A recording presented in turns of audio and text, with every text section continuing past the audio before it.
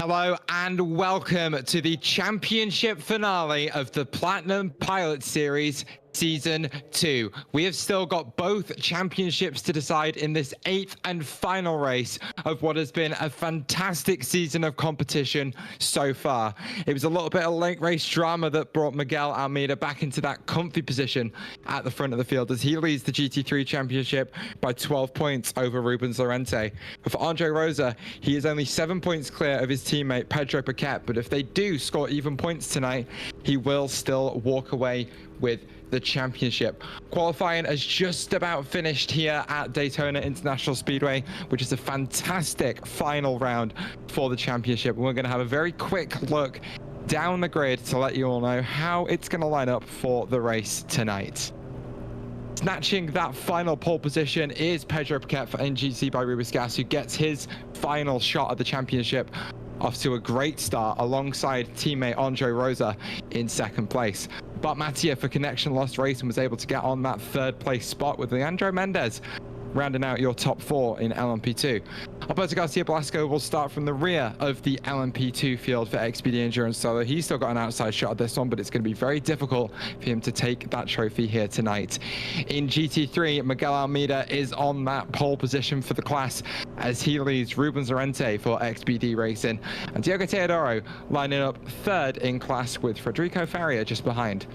Javier Talavera for Hamel Motorsport will take the next spot just alongside Jan Curbs, with Artur Lorero rounding out the final spot in the field and the final spot in the GT3 grid. Now, as the pace car rolls away, Carmen, you are alongside me tonight. Welcome back to the booth. It's lovely to have you with us. It's going to be a dramatic championship for Lally. There's a lot of things that can go right and can go wrong for the likes of Miguel Almeida and Andre Rosa tonight. So just highlight for us how difficult it's going to be for both of these two to bring the championships home. With Daytona being the way it is, it's always a close fight here. 90 minutes is a sprint by all intents and purposes here at Daytona. It's a very flat out racetrack. It's very high speed. Drafting, slipstream, all of it's very easy to do here at Daytona. It doesn't take much either to be able to get back up to this battle for the fight at the top of the board. And it's going to be imperative that mistakes aren't made to lose that slipstream, to fall further behind. Only 5 cars in the LMP2 field. You see this group here, a very abbreviated field going into this final race. Every position matters now more than ever, especially with the championship on the line, and the pressure at this racetrack usually is the killer of these opportunities. It certainly is, and as the cars come through that Geico restart zone, the pace car is off. It's a big squeeze from Andre Rosa on the outside. Pedro Paquette is going to launch, and they will stay almost side by side as they thunder down towards turn 1, but Paquette just gets clear of his teammate Rosa down into the first corner and takes that race in line as Bart Mattia being challenged around the outside by Leandro Mendez. Those two keeping it clean, with Alberto Garcia Blasco just keeping off the back of this fight as the GT3 field get rolling. Yeah, and just like with the LMP2 field, very close on that restart. Looks like the Cabrera Sao car of Artur Lorero sitting a little further back, just sort of waiting for the other shoe to drop, but that's not the case. Almeida ahead of Llorente, Teodoro, and Faria as they go through the first horseshoe. Back at the front of the field, it's a little bit of a wide moment through the international horseshoe for Pedro Paquette, who just lets Andre Rosa close in a little bit as they make their way onto that famous banking for the first time. In the background, Bart Mattia just going a little bit wide through turn 7. It is now coming under pressure from Leandro Mendez, having to hold that higher outside line through NASCAR turns 1 and 2. And he's going to be well out of the slipstream of the 2 NGC by Rubis gas cars in front. And on that shorter line, it's going to be Leandro Mendez with the advantage, but we're more focused on this fight at the front of the field. Pedro Paquette is going to get let go into the bus stop. Andre Rosa will hold that position behind. I think there's a little bit of teamwork going on here as the NGC 100%. Boys look to pull away at the front of the field. Yeah, 100%. This is something you're going to see a lot here. You see a lot in the endurance racing when you do get this sort of stuff going on, and we'll see this more than likely in the Platinum Endurance Championship finale here at Daytona next weekend. You're going to see a lot of teamwork here, tandeming something that, you know, was a part of the NASCAR circuit for a little bit when they came to Daytona. Very much alive and well in the sports car side of things, and you're seeing why. The effect is immediate. They've already opened up over a second gap between Rosa and Mendez.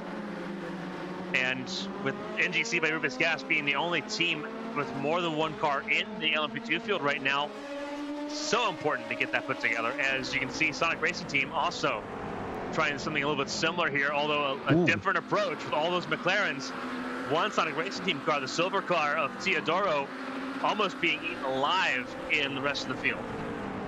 Yeah, Rubens Llorente doing a great job to actually get involved with this fight, as I did see some bump drafting going on between Diego Teodoro and Federico Faria down into the bus stop, but with a little bit of slipstream and some aggressive movement down into turn one, Llorente able to break up this trio of Sonic Racing Team cars and try and work his way back to the front of the field. This is, of course, your second place driver in the championship, 12 points behind Miguel Almeida at the front of the championship and at the front of the field.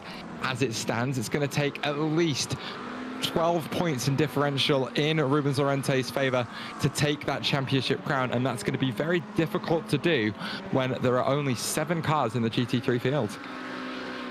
Yeah, it's going to be difficult, but not impossible here. The issue is that right now, Teodoro is acting as a rear gunner for Almeida.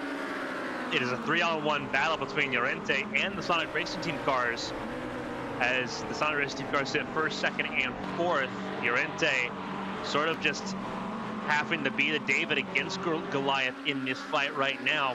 Sort of like what you're seeing up near the front in the LMP2 class. It's NGC versus the world, 2-on-3 in that fight, and that fight's going pretty well for them.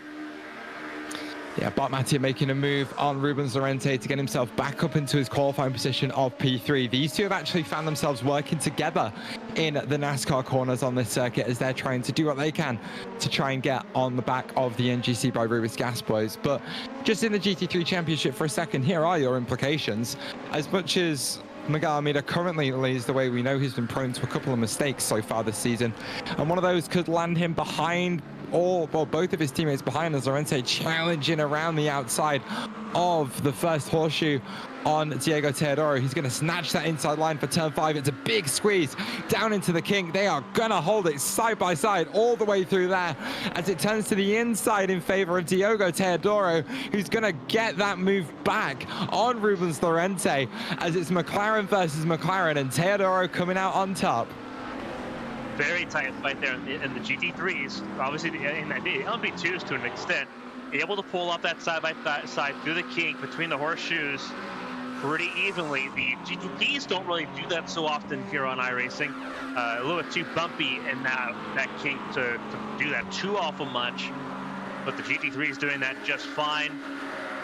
And I noticed it was very important. Teodoro made sure he jumped right back in front of Faria and that BMW behind him. Make sure that he didn't get jumped by all 3 Sonic Racing Team cars. And so far that is job done, but he's got a lot of work out of him. And it's going to be this way for a lot of the race, at least until the first round of pit stops,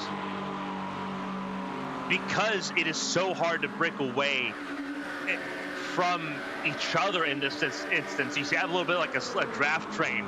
But for those familiar with the DRS trains that you see in Formula 1, very similar here. It's very easy to just slipstream and bump draft, like what you're seeing right now between Llorente and Teodoro. And I think Llorente not really trying to help Teodoro in that one. He's trying to get Teodoro off the inside line there for turn 1. It didn't work. Now he's going to try to send it to the inside here in the horseshoe. And now he's got the preferred line. This is the line he couldn't get last lap. He's got it now, and he's going to be almost clear. He is clear going into the kink.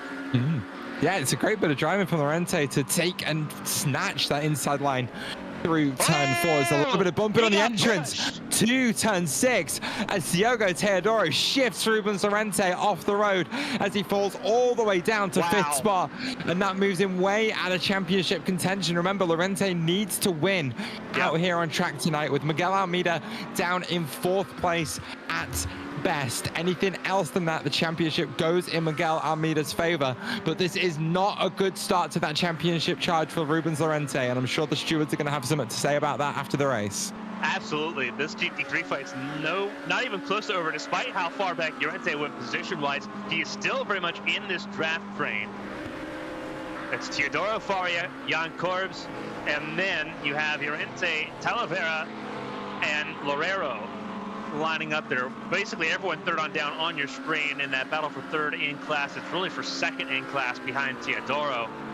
And the reason why this is such a big focus, the NGC Arubis gas cars, they are in lockstep at the moment at the front of the field in LMP2, and they've already opened up almost 3 seconds of an advantage over Bart Macia for Lost Connection Racing. It is not really much of a contest right now. It is a 2-on-3 assault, and these two have been in this position before. They are executing this tandem plan to perfection right now. So unless they do something self-inflicted to mess this up, it could potentially be a rout unless the 3 other LMP2s can get something sorted out, but they are way too separated for that to be the case right now, especially for Alberto Garcia Blasco, who has not been super inspiring with the pace in that 85 car, rounding up the rear and almost a second out. If you lose 1.2 seconds to the car in front, you lose slipstream. You become a completely sitting duck in the LMP2 class. It is so imperative you're able to hold pace. Well, speaking of, that's what's threatening Rubens Llorente at the moment, as he's just dropping off the back of the Sonic Racing Team duo of Federico Faria and Diogo Teodoro in front. He was quick to dispatch of Jan Korbs on the run through the first horseshoe and is clear of him by a good 0.3 of a second as it stands. But with the advantage of slipstream, Teodoro and Faria are starting to walk away from the XPD racing driver. It's going to take a few laps for the LMP2s to get onto the back of this traffic and maybe try and insert themselves into the fight a little bit. This is going to make Llorente's job a lot harder, but it's an aggressive run through the bus stop that brings him back within 0.9 of a second of the 2 cars in front of him. So showing some great speed is Llorente, and he's really throwing everything at this to keep his championship hopes alive. And he has to. After you get pushed off a while like he did there in the second horseshoe, the international horseshoe, you don't really have much of a choice but to kind of throw things back into the works to try to make things happen. This is where it kind of helps him out, though. That BMW is not on pace compared to the McLarens, and that's going to give him some reprieve. You see the swap in positions there with Teodoro putting Faria in second. That puts the McLaren in the bump drafting position to push that BMW, to help that BMW get up the top speed, because they also recognize that BMW just does not have the pace right now to try to keep Llorente at bay. And so you saw that switch going into turn 1, but because of that, now Llorente is firmly in the drafting range. He's going to try to stay that way, and now this could get physical between Teodoro and Llorente. Round 3, anybody? Well, I'm certainly hoping so. Jan Korbs goes wide in the background through turn 6 and just lets Javier Talavera get up underneath the rear wing of that BMW. Of course, an actual Writer engineering livery on that car for the final round of the championship after Korbs made that switch to the M4 GT3 for Interlagos, and gave us a little bit of a throwback to our childhoods as he carried the, what was it called? It's like the Car City playmat thing that I'm sure most of us into any form of motorsport or any form of automotive interest had when we were children. But that Writer Engineering blue livery on full show tonight. But back at the front of the class, Rubens Llorente is continuing to close in on Teodoro and Federico Faria as that gap just gets closer and closer and closer. That M4 GT3 punching a slightly bigger hole in the air than both of the 720S GT3s behind it. It's going to make the life of Teodoro and Llorente to keep up just that little bit easier. How much teamwork can Teodoro and Faria pull off now to try and stay protected from Llorente? Ooh. It's an early lift for Teodoro, and Llorente is going to capitalize and dive down the inside of 1 on Diogo Teodoro and gets himself back up into 3rd place. Now remember, last time Llorente was in front of Teodoro, he ended up off the road down at turn 6, so let's see if history repeats itself. Very, very sketchy, and Llorente's got to keep that in the back of his mind right now. He is once again in a Sonic Racing Team sandwich, and it is once again the car he does not trust behind him. See if he can get around the BMW. Not this time. Another late lunge there by Teodoro, but enough of a gap that it stays safe. Now, Carmen, this early on in the race, I already have to start an argument with you. That's not a Sonic Racing Team sandwich. That is an XVD Racing sandwich with Sonic Racing Team bread. You've done the David Croft thing. I wasn't even supposed to be here. I'll let you have that one. I'll let you have You that know what? one. I'll let you have that one for free. No, it's fine. We'll let you off. We'll give you a break on that one. But that XVD Racing sandwich certainly looking tasty for Sonic Racing Team, as it is keeping Rubens Lorente out of position for the championship. Faria very much proving a roadblock for now, but we already talked about how big that slipstream is off that BMW. Is Lorente going to be able to take advantage this time? Yeah, that's going to be the really big question here, I think, for Llorente. The important note about all of this, all of the drivers in the race right now, Paquette, Rosa, Machia, Mendez, Garcia, Blasco, Almeida, Faria, Llorente, Teodoro, Talavera, Lorero, and Jan Curbs. All of them have wins in the 24 Hours of Daytona here at Daytona. All of them do. So they know what it's like to be successful and what it takes to win here. And that's part of what makes this so challenging. They're at the top of their game, especially at this racetrack, where it is perhaps one of the easiest on the sports car circuit to go flat out and stay flat out. I think it goes up there with Le Mans in terms of the track that it's the easiest to just go flat out and sprint for an hour, 90 minutes when you need to. And that is going to be so imperative that you have to keep this all straight. Miguel Almeida, loving this. He's opened up a 2.8 second gap right now to this group. That was by no doubt planned. And it is currently working to perfection. The question that I think, and I know Llorente's not asking himself this question yet, if you do get around Faria, what next? Because now you're not going to have any help to catch up to Almeida, and speed traps right now, Almeida's faster than all three of these cars on your screen right now. That's a lot. This is where it's going to get tricky. Yeah, this is where it's going to get tricky for Llorente, because now he needs to work with Faria to try and get onto the back of Almeida. But one thing to remember, Miguel Almeida is punching a hole in the air for absolutely nobody and is being given absolutely no chance to lift and coast and save any fuel. But if Llorente can stay behind that BMW in front of him, he's going to have a great chance to just not push as much as Almeida's going to, and perhaps take a pit stop that is 2, maybe 3 seconds shorter. It doesn't have to be a lot shorter. It just has to be enough to get that XPD racing car into the slipstream of Miguel Almeida, at which point he can start applying the pressure. And we know what happens to Miguel Almeida when the pressure is on. Think of what happened last time out at Interlagos that helped him find himself a little bit down the order after that mistake down at turn 9. It could be a repeat tonight. Almeida knows how to win a championship, and he should know that all he needs to do today is finish the race cleanly. Yeah, right now everything's great. Now turning out good for Almeida, but Llorente is going to be in this dogfight all the way through. At the front of the field, Paquette and Rosa lead by now over 4 seconds over Machia, Mendez, and Garcia Blasco. They are sailing away as they were intending. My question for you, Taylor, obviously this is a track where it's more on throttle time than normal, like say like at Interlagos or Road America a few weeks ago. Is this still a one-stop race, or are we looking at potentially a 2-stop? I'm trying to think the last time around the 24 Hours of Daytona in an LMP2. GT3s, it's always going to be a one-stop in this championship due to the 60-minute fuel tank, but those LMP2s might be looking a little bit sketchier. Of course, we've got most of the field within slipstream of another car, which could help extend that stint. And I certainly remember in the GTPs we were doing 50-minute stints on a fuel save, but of course that doesn't translate directly to LMP2s. I guess we'll have to wait and see. I'm expecting a couple of cars to be able to make it to 45 minutes, and that might be the objective, because that pit lane is very long and very slow as we find Javier Talavera off the road on the infield, I believe. No, it's the bus stop. Yeah. This is the, and he loses it really early. The Corvette goes for a wild slide, and suspension broken on that 32 car as it crawls to a stop. And that's a second retirement, because Jan Curbs also went off in that rider during BMW. This is a replay of the BMW crash just ahead of Talavera a couple laps ago. And also the exact same curb in the bus stop, and an even nastier crash for Curbs.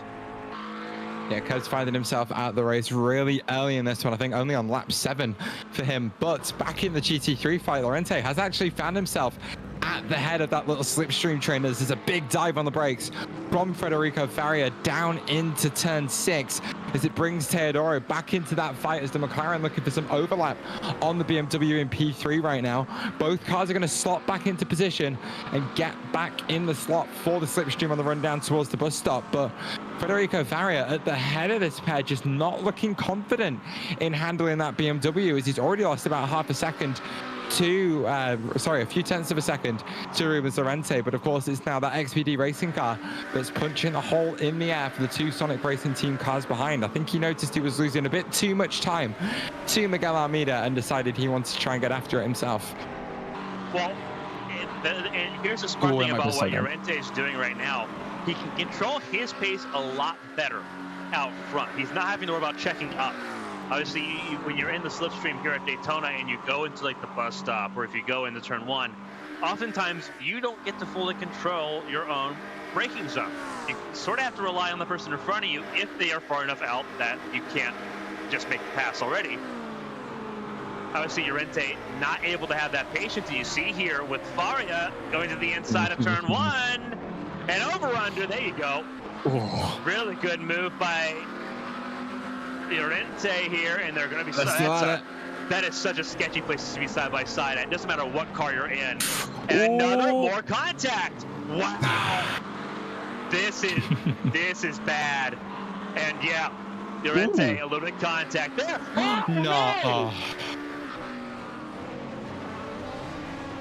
I'm trying to get a bead on exactly what's happened there. But Rubens Lorente finding himself spun to the outside of turn 5 after contact with Federico Faria for Sonic Racing Team. It looked like, that's bad. I'm just looking back at the replay now. Lorente is making his way back over to the right-hand side of the circuit to open up turn 5. We'll watch this battle all the way from the start. Faria being very aggressive down into 1, and it's a great switchback from Lorente to get back to the inside for the S's of turns 2 and 3. There's a little bit of a hip check just in the middle of 3 there as Faria sends it back up the inside. Contact is made. Faria struggles to keep a hold of that BMW, which lets Diogo Teodoro slide on through. There's another hip check, very much of what are you doing on the exit of turn 5. Yeah, and then it just looks like Faria just turns him straight into the inside of the circuit. Lorente slides across the circuit, almost gets collected by the LMP2 field. And we were talking about how the stewards might have something to look at after this race, and they're certainly going to now. As Lorente finds himself off the road at the bus stop and down pit lane, and that might be race and championship over for Rubens Lorente and XPD Racing. I don't know if this is... Yeah, he just parks it. He just parks it. That is him. That is him protesting in frustration. And I don't particularly blame him in this circumstance. He got turned. Obviously, there was a lot of shenanigans being played by Sonic Racing Team trying to keep Lorente at bay. Just at this point, how many times have we seen a BMW inserting itself in a lead fight and it ends exactly like that? I am sure if Lorente could, he would be hanging a middle finger out of the window of that McLaren 720 SPT3. I don't doubt that some expletives were shared either on team radio or a "you're number 1" signal to the monitor. I definitely would not be surprised on that one, and I'm almost certain that that's going to end up being penalized. Inserting yourself in that title fight, obviously it was already pushing egregious levels with the 2-on-1 handicap that Sonic Racing Team was sort of imposing there to protect Almeida. But that's where it kind of crosses over to just being unacceptable. Yeah. That's just not sportsmanlike at all. Yeah, and Rubens Lorente's teammate, Jared Sardeni, says, showing his frustration in the in-game text chat, enjoy the trophy. There are ways to win the championship, but this is the worst one. And it is hard to disagree. Don't get me wrong, I'm always all here for a little bit of teamwork, especially when you have got 3 bullets in the chamber, that you can use to your advantage. But I think the line is drawn at hard racing, and that was well over the line of good hard racing. Yeah. And I'm sure we've spoken to Miguel Almeida on so many occasions so far in the last 2 seasons, and that isn't going to be the way that he wanted to win the championship. Yeah, that's going to be very upsetting, I think. Knowing how Almeida races himself, he's been one of the more upstanding drivers that I've been able to interact with in the Platinum Endurance Championship. So yeah, this is very, very surprising, and I'm not going to say completely appalling, because I don't know what Alfari's intentions were. But I also don't know if it's that deep. It is a video game at the end of the day. It is. These drivers spend a lot of time getting ready for this. This isn't like ABN Champ Car, for example. That's a fixed setup competition. You kind of just jump in and you drive, right? That's definitely just surface level. These drivers, they do spend time to put together setups. This is an open setup competition. So there is more time invested in that. And this is a season that is contested over 4 months. There's a lot of time that goes into that. So I definitely get there being a lot more frustration over losing a championship like that. Yeah, it's frustrating. The thing that's frustrating, at least on my behalf, is that we now don't really have a championship fight to talk about necessarily. Because we'll pan the camera up to the front. This is the way the front's been the entire time. It has been Paquette and Rosa waltzing, and it is a waltz there. It's a 2-car tango up away from the field by about 5 seconds now. There is, and this is teamwork, coordinated and orchestrated perfectly between Paquette and Rosa.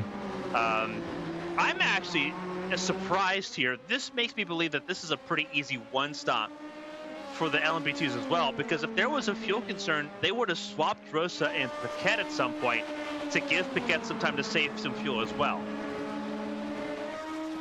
And that doesn't seem to be the case. No, it certainly doesn't, but think of the championship implications on this one.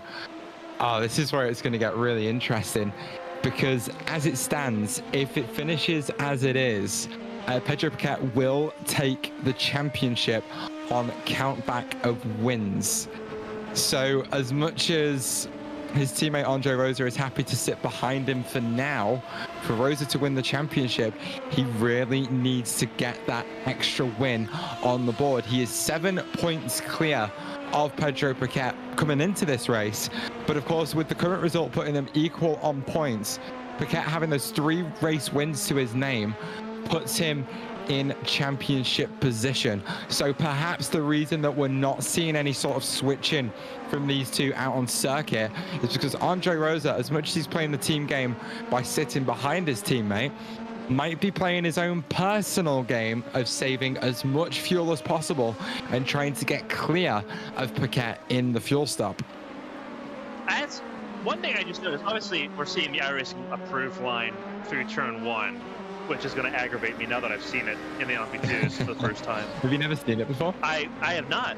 No. And that's going to irritate me to no end, knowing that we're going to see all of it next weekend. I remember telling Liv about it for the first time coming into the Daytona 24, and I said, hey Liv, you need to be taking turn 1 a lot wider, and she kept like trying to take it a little bit wider. It's like, you know what, let me show you, watch this. And she just went, oh my god, Taylor. And I was like, yeah, it do kind of be like that this year. Yeah, I'm not a fan of that at all. It's just gross. It's just gross. But also, these 2 cars just seem very light. They seem very floaty, the way the Ruby's Gas team have it set up, because they were sliding a lot through 2 and 3, which is not something I see very often in these cars. They usually don't skate like that. They look like they were on a knife's edge.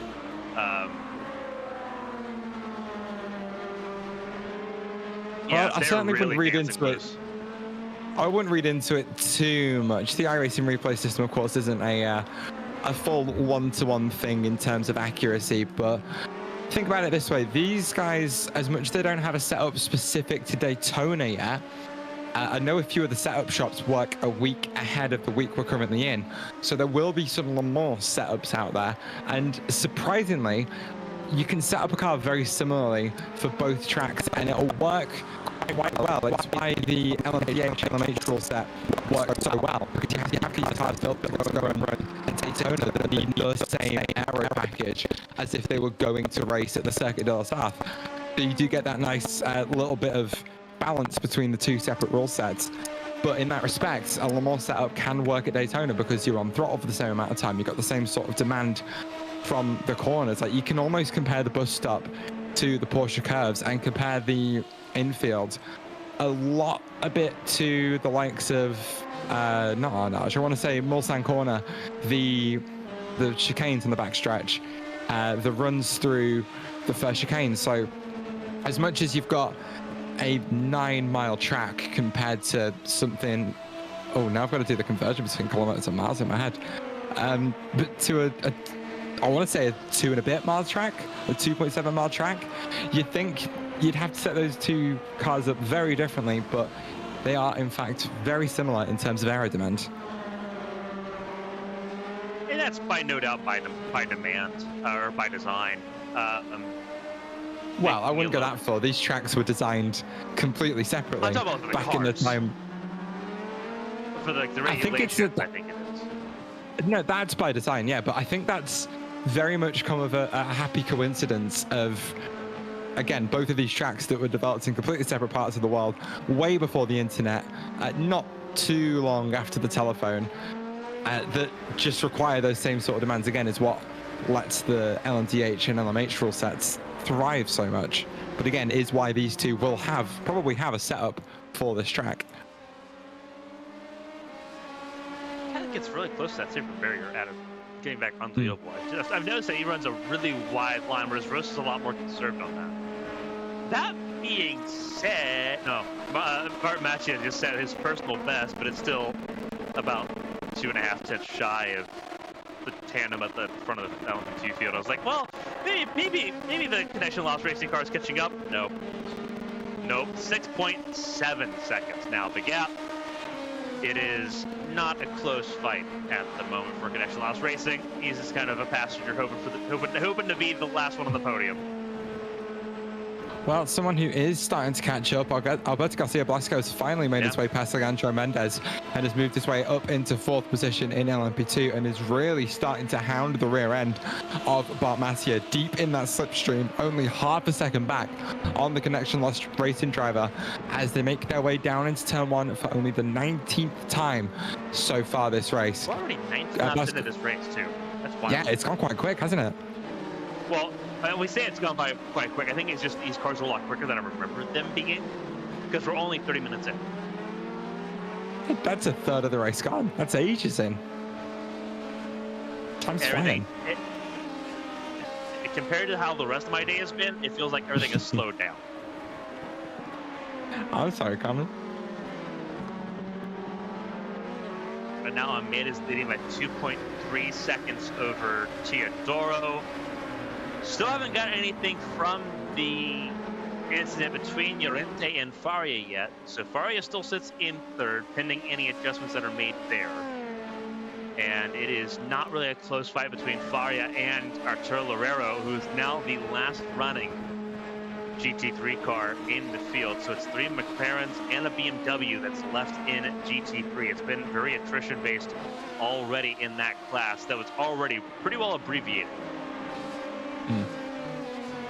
30 minutes in, though, it is Pedro Paquette who leads Andre Rosa at the head of the LMP2 field. Paquette currently in championship position, but needs to hold his teammate Andre Rosa off if he wants to snatch that trophy. Bart Mattia, just for the moment, holding on for 3rd place from Alberto Garcia Blasco in 4th, with Leandro Mendez rounding out the LMP2 class down in 5th place, but still well within slipstream of both the cars in front of him.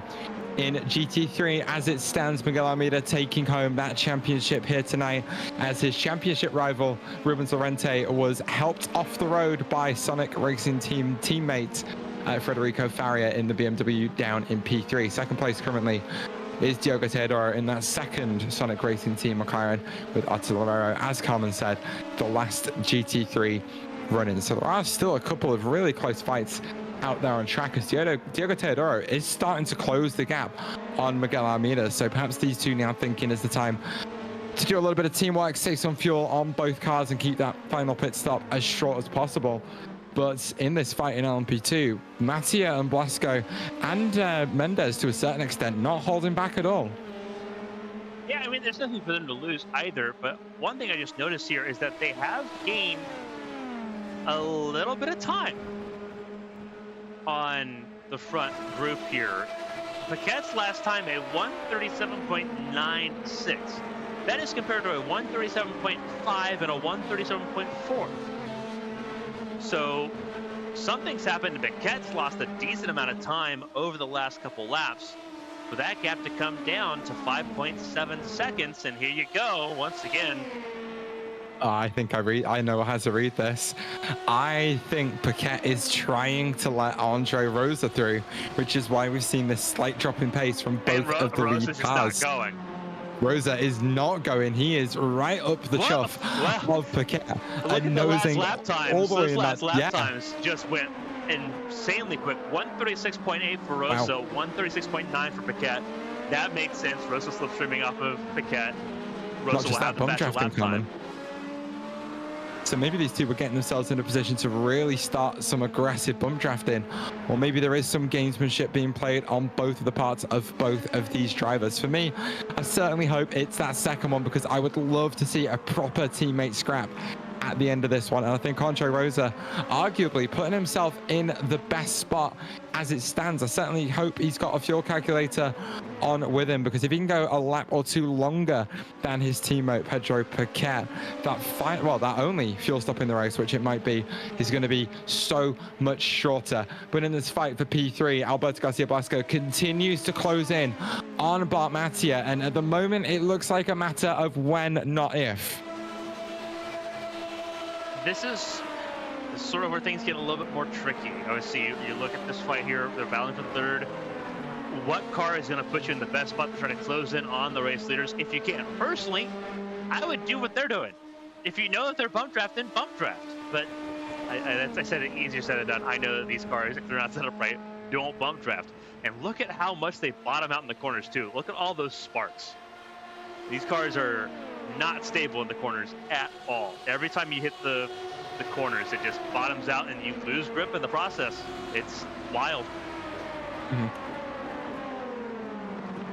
Surprisingly, it doesn't matter so much when you're on a banking.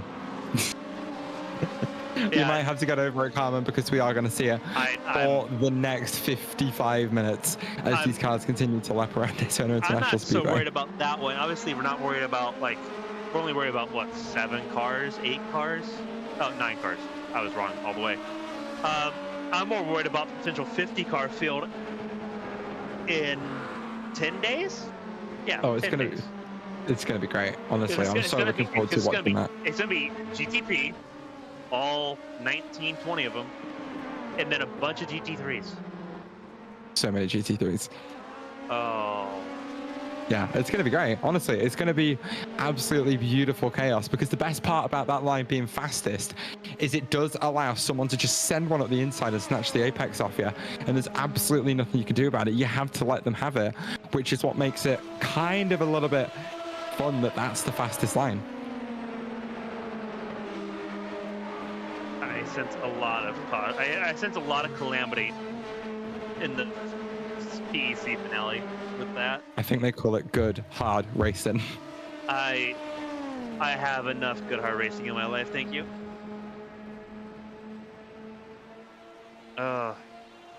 Backing off another lap for Pedro Paquette, who still leads Andre Rosa and still finds himself in championship position. Again, Rosa is just holding off at the moment. I think this is a fuel save game being played here by the driver of the number 42. And again, it's something I love to see. You can still help a teammate out by bump drafting, by being that rear gunner. But again, playing that slightly selfish game of being in the optimal fuel save spot. You got a car in front of you that's going very, very quickly, trying to save as much fuel as possible. But again, you could just stay in that slipstream and even lift off the throttle on the straights, and it's going to drop that fuel burn down by, this is going to sound silly, hundreds of liters a lap. I just think, so this is very much similar to the Indianapolis 500. I'll use that for example. You don't want to ever lead the last lap as the race leader. You always want to be in second or third in that situation. In this case, you want to be second. You want to be in Rosa's position because you have all the control in the world. You get to choose when you want to make that pass. And here at Daytona, you've got realistically 4 or 5 great opportunities. You've got a couple really heavy braking zones you could look at. And then obviously you've got the run into the bus stop and then the run all the way from the bus stop to the start finish line to really make your move there. And so hooked up as they are, it will not take much for Rosa to try to do that. Oh, both cars, though, coming down pit lane at the front of the field. And it's a much more aggressive pit entry for Andre Rosa. So neither of these cars quite able to make it to that 45-minute mark. But Rosa has been behind Pedro Paquette the entire way so far. Both of these cars will have to make one more stop before the end of this race, but it's going to be a much shorter stop for Rosa. Paquette has gone deep in his box and will lose a good 2 or 3 seconds in getting that pit service started. And with the shorter stop that Andre Rosa is going to have, this could put him in the absolute catbird seat to take the championship. Not great. Not great at all. Blasco stayed out. The other 4 came in on P2. Longer stop, everyone getting as much fuel as possible in these cars because you know for it at this point you're on a 2-stop. Mendez is gone. Oh, I wonder if the bump draft forced them to repair damage. No, it won't have forced it. There is no way you're getting any sort of required or optional repairs from that damage. Bart Mattia disconnects from the session and retires from this race. But Leandro Mendez finds himself in the net lead of this race. Alberto Garcia Blasco. No, there's no way that would have saved that much time. That is a full tank of fuel you're going to have needed to take at this stop. But even then, that looks like a slightly, well, that looks like the final stop of the race for Leandro Mendez being taken early. It was going to be a shorter stint for that final run, and Mendez choosing to take that splash and dash early to put himself 4.5 seconds clear of Andre Rosa.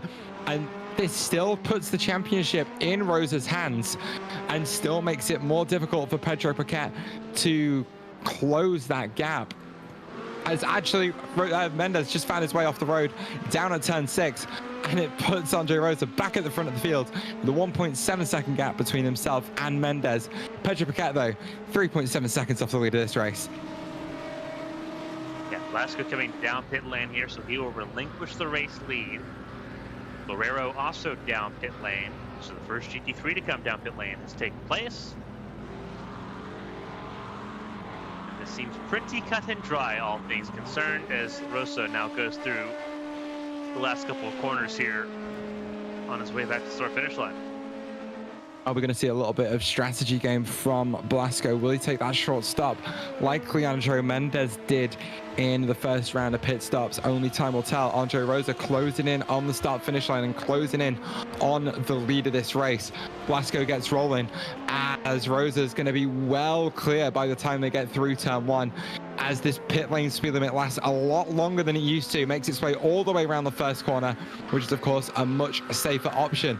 Blasco will drop down to 4th place, well, find himself back in 4th place, 1.4 seconds off the back of Pedro Paquette. Hopefully for him, with the pace he's been showing, he may be able to get on the back of that NGC by Rubens gas car and maybe even help Paquette back to the front of the field. Faria down pit lane, the BMW for Sonic Racing Team has pit on his own.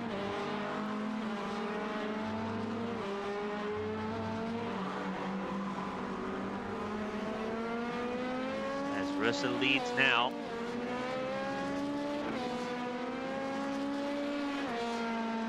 Now it's time for the true colors to shine here a little bit for Paquette and Rosa to see how this evolves now over this stint.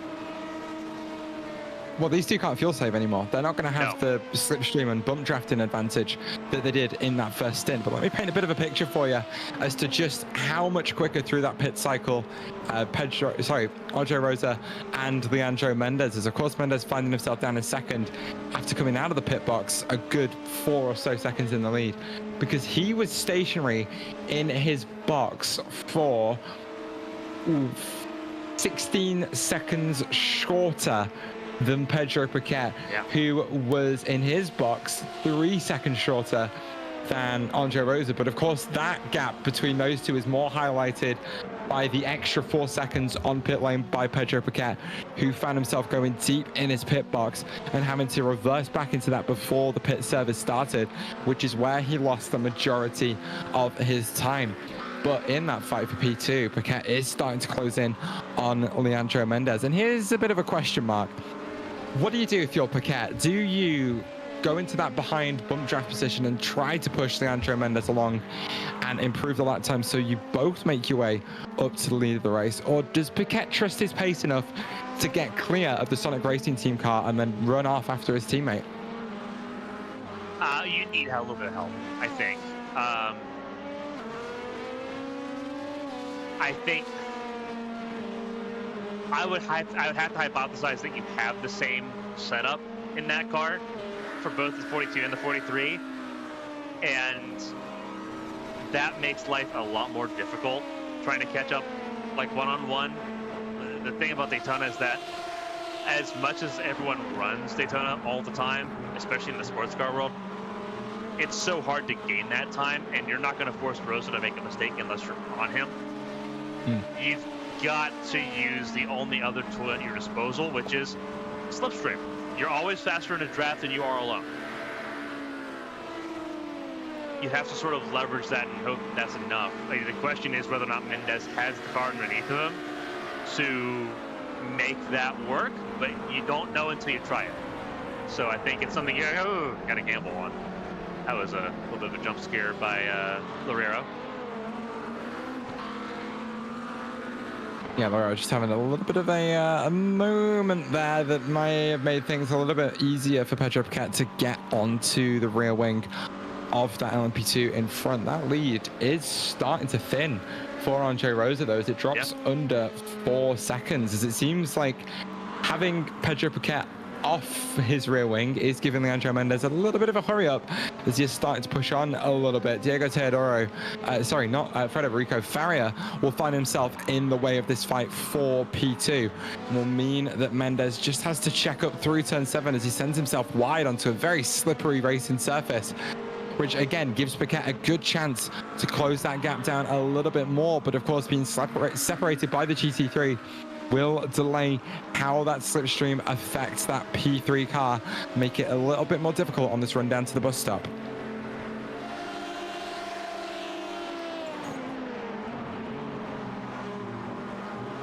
Back in the curves big time through the bus stop there. Well, no, I am going to bring a highlight to Teodoro is caught all the way up to Almeida here. And I would have to imagine here that they are going to be allowed to fight later on, because now Almeida's got the championship locked up. There's nothing really calling for them to not do anything.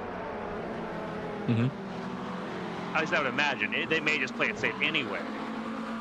But in my head, I like to imagine that they might be all clear to start racing it out here.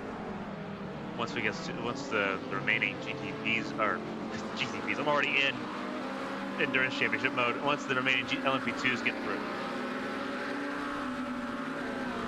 Yeah, even with such a short field, we are still seeing some traffic management come into play here, as Mendez really has to check up the exit of turn 5 due to Miguel Almeida being a little bit in the way on the exit of that corner. Almeida has actually let his teammate Diego Teodoro close in quite a good chunk over the last 10 laps or so. Perhaps those two playing a bit of a strategy game, as we were talking about, to maybe see how long they can extend the stint for, maybe see how fast they can go with a little bit of bump draft. The lead is down to 3.4 seconds as it is very slowly being chipped away by Leandro Mendez and Pedro Piquet. One lesser talked about thing about slipstream. We always talk about how the car behind gets the biggest slipstream advantage, but you've got to remember that a lot of these race cars have a little pocket of air that forms itself just off the rear deck. Even these LMP2s that are extremely aerodynamically slippery, that little bubble of air still gets popped when another car is behind you, and it just makes that flow of air over the lead car that little bit smoother. But speaking of lead car, there is a change in lead car in the fight for P2 as Piquet slots up the inside of Leandro Mendez. That little bit of a speed boost for Mendez, of course, not helping him out in this situation, as the slipstream effect was definitely bigger for Pedro Piquet, who finally makes his way up to second. He's only 3.3 seconds off his teammate and the championship lead. This is going to be very interesting. Piquet electing not to really work with Mendez here. Patience, not a virtue in the hands of Piquet. And I don't know how I feel, but obviously time will tell whether or not Piquet is actually faster than Rosa on the road or not. Piquet obviously thinks he is. Last time by, Piquet was a little bit slower, less than a tenth slower, but still a little bit slower. I would have to imagine this time would also be a little bit slower for Piquet, having to get around Mendez in the turn number 1. Well, saying that, with the way he did it, it was a very easy just slotting past him in the tri-oval, so I doubt it would have slowed him up too much, as he was still able to get onto that racing line. But I think this is going to be our first true representation, if there is any difference in pace between the two cars. And does Leandro Mendez want to involve himself in this fight? He is sat in that slipstream of Piquet in front and is going to close up. And don't forget, he has a longer pit stop to take for the final stop in this race, and it's really going to affect the way he fights this fight, I think.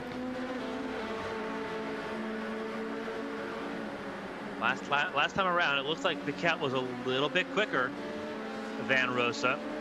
See if he can keep up that pace, though, because now he's in front the full lap. He's pulled away from Mendez quite a bit, though. 7/10 now the gap between Piquet and Mendez at the front of the field. As Teodoro has fallen back almost to about a second behind Almeida in the GT3 class.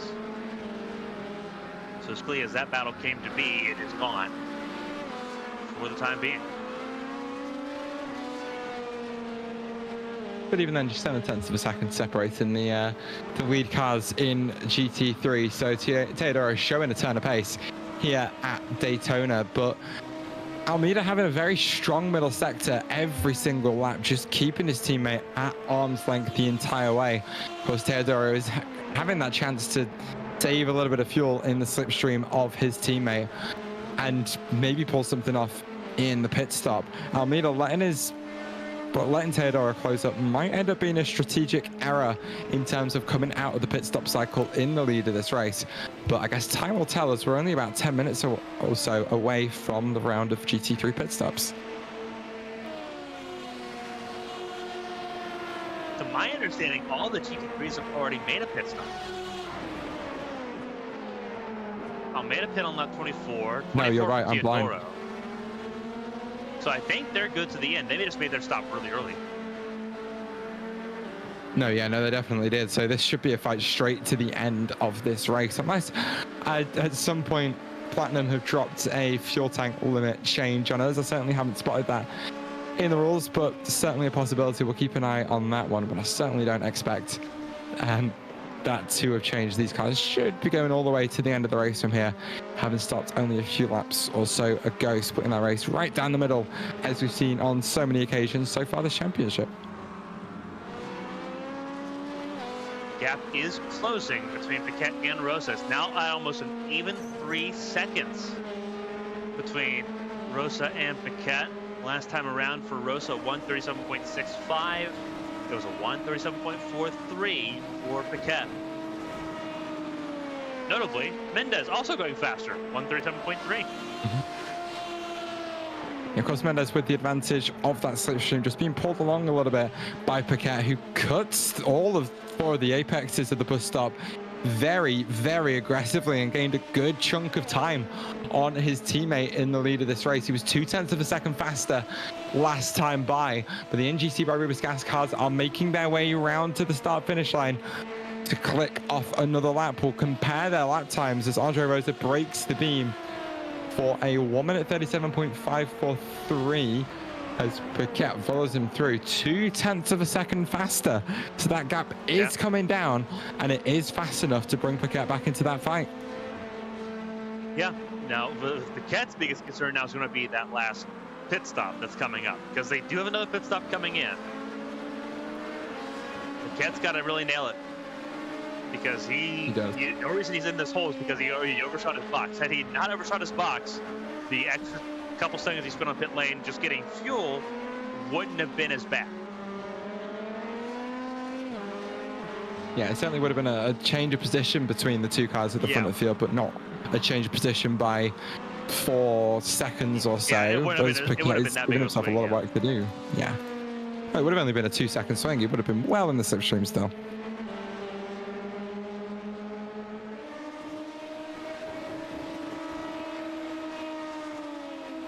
Paquette on that hunt for not only the lead of this race, but for the lead of the championship. He's dragging Leandro Mendez through behind him up to that lead fight. But remember, Mendez having to take a longer stop in the final stop of this race. The first round of pit stops well and truly over for the LMP2s, as it's another very aggressive run through the bus stop for Paquette, but perhaps a touch too aggressive, as Mendez starting to close in just a little bit, and I believe that gap between the two lead cars is going to stay relatively stable. Paquette certainly doesn't have to rush up to the back of Andre Rosa. He just has to make sure he keeps chipping away at it. 37.4 place, 37.3 from Paquette, so it's another 1/10 of a second chipped away. Mendez gets a bit of a wiggle on the outside of turn 1 and loses a good couple of 1/10 of a second, but still within slipstream range. Paquette could really do with shaking his tail there.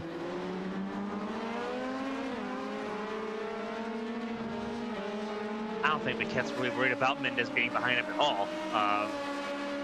Thinking about Mendez, he's gonna, when he comes down pit lane for that extra stop, one, it's a longer pit stop, but he's also going to, when he comes out of pit lane, be on extra fuel, have that extra weight, and be slower.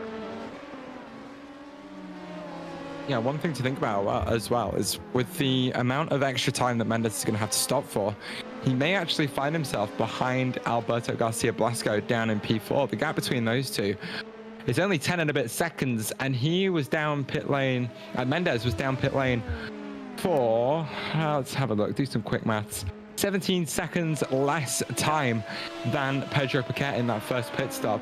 It was a good 13 seconds more, 13 seconds less than Andre Rosa, so that will all flip back against his favor, and with that 13-second time loss, he may find himself off the podium spots. It's going to be tricky for him to get that one back, especially since Alberto Blasco has looked the faster out of those two cars so far tonight.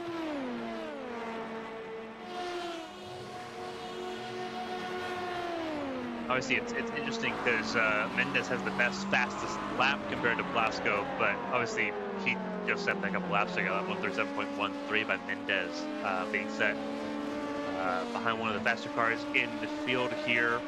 Another 10th advantage for Paquette over Rosa.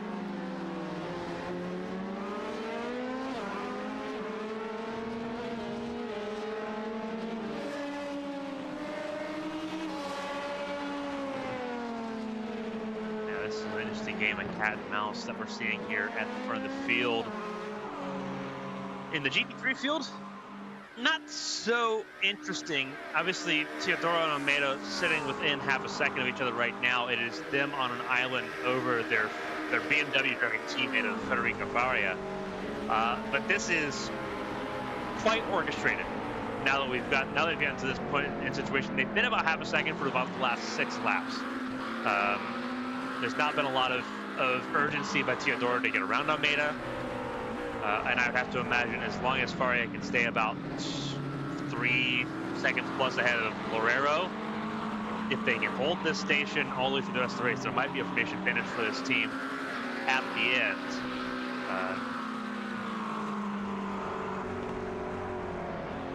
obviously Almeida wrapping up the championship with the retirement of Llorente, who retired in protest from the incident with Faria earlier on in this race on lap number 10.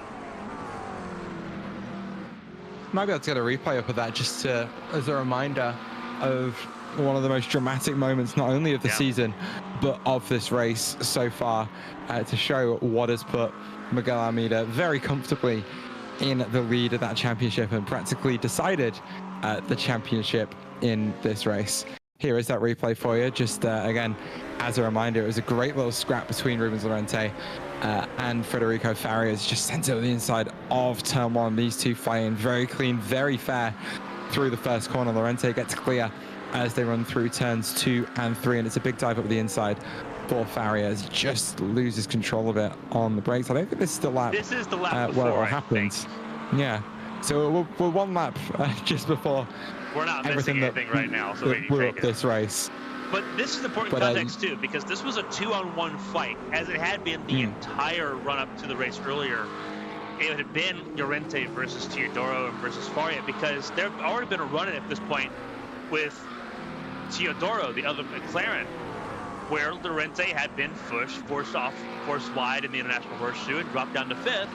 He had worked himself back up through both the other Sonic Racing Team cars to get back into second place by the time this took place. So there was already a lot of tension building up to this point, and I think this level. And he looked fast as well. He looked really fast compared to Miguel Almeida.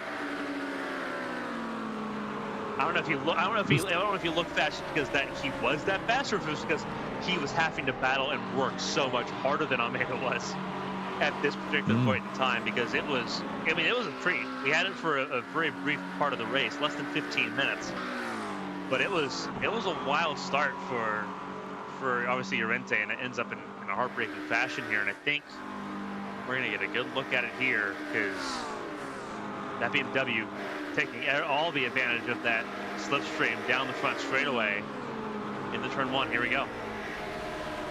Yeah, pulled to the inside, and it was a great move to the inside of turn 1. There's almost a little bit of dog banging between these two cars. With the aggressive line that the BMW took through the first corner, it allowed Llorente to just get back to the inside and take the inside line for turns 2 and 3. It's a bit of a hip check at 3 as Faria sends it back up the inside of turn 4.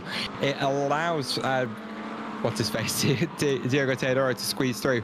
There's a hip check on the exit of 4 that is in clear distaste from Llorente, but then it's two cars moving to the right-hand side of the circuit at very different speeds, and you question the intentionality of the touch from the BMW. And I don't blame Llorente for what happens next year. He doesn't do anything to the Sonic Racing Team cars. This is later on in that very same lap. Nothing wrong with the 31 car at all, just frustrated with how the race had gone, knowing he was outnumbered, outgunned, and ultimately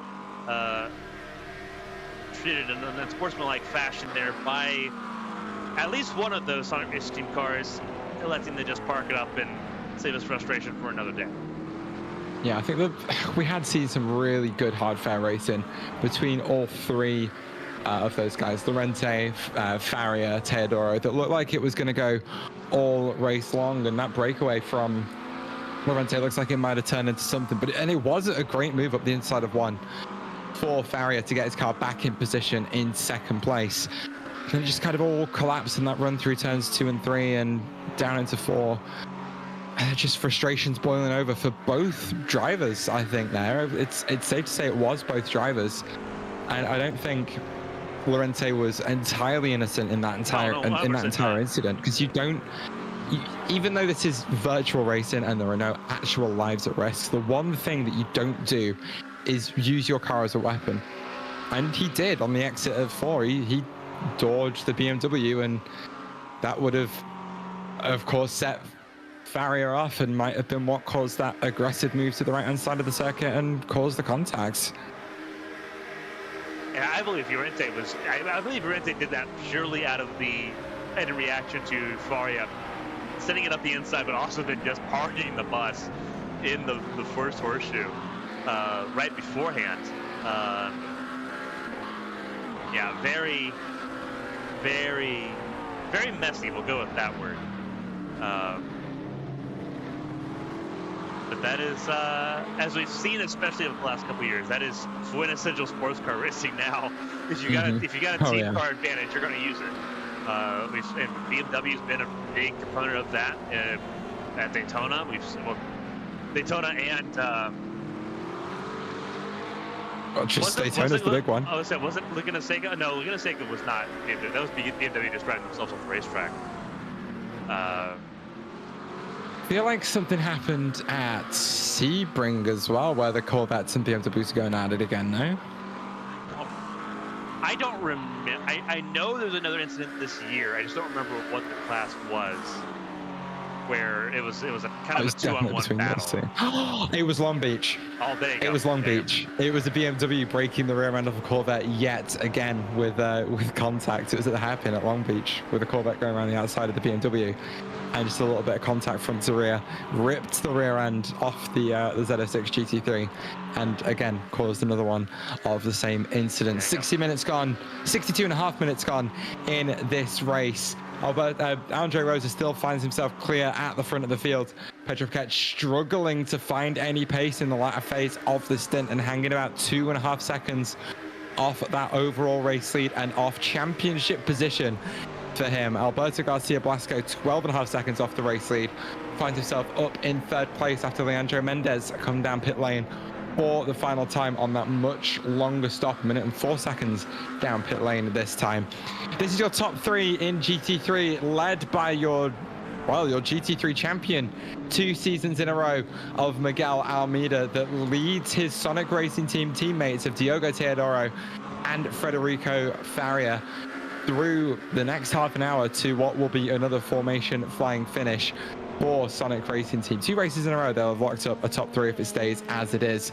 And Artillerero draws up the rear of the field, 2 seconds off the back of the top 3, and could throw a little bit of intrigue into the mix if those 3 keep up their lack of pace. This is Pedro Piquet, who's second place in LMP2, still trying to hunt down his teammate Andre Rosa, as these LMP2s are staring down the barrel of their second and final round of pit stops.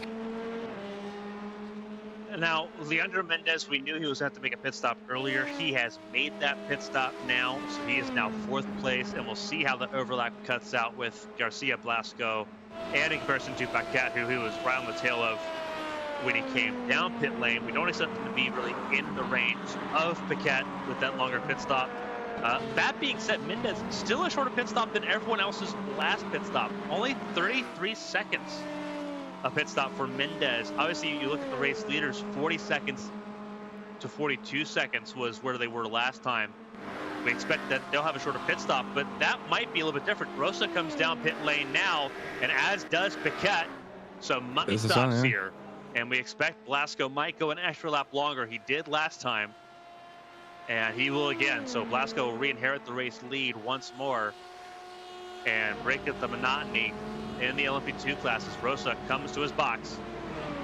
And Paquette once again. He's overshot again. It. Wow. Oh. He just. That is. Go on, comment. So I'm going to comment on this because they drove through the pit boxes, which is typically a no-no. I mean, it's suspendable in iRacing code, driving through the pit boxes like that. Rosa gets out early. With Paquette, he's having to drive through, and his braking zone is where his teammate pits. Mm-hmm.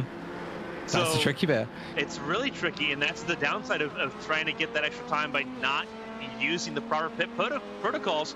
You overshot your pit box again, and for Paquette, it puts him back behind the 8 ball. He had gotten that gap down to 2.3 seconds. It is now 5.1. Again, a horrible pit stop. On top of spending 3 extra seconds on pit lane, he spent 4 extra seconds on pit lane altogether. 3 extra seconds on that pit stop. In the last 25 minutes of the race, it certainly looks like it's been Pedro Piquet that's thrown this championship away. Of course, there's still quite a distance to go in this race to decide the LMP2 champion, but Andre Rosa finding himself with one hand on the trophy. Piquet just hasn't been able to keep those pit stops clean.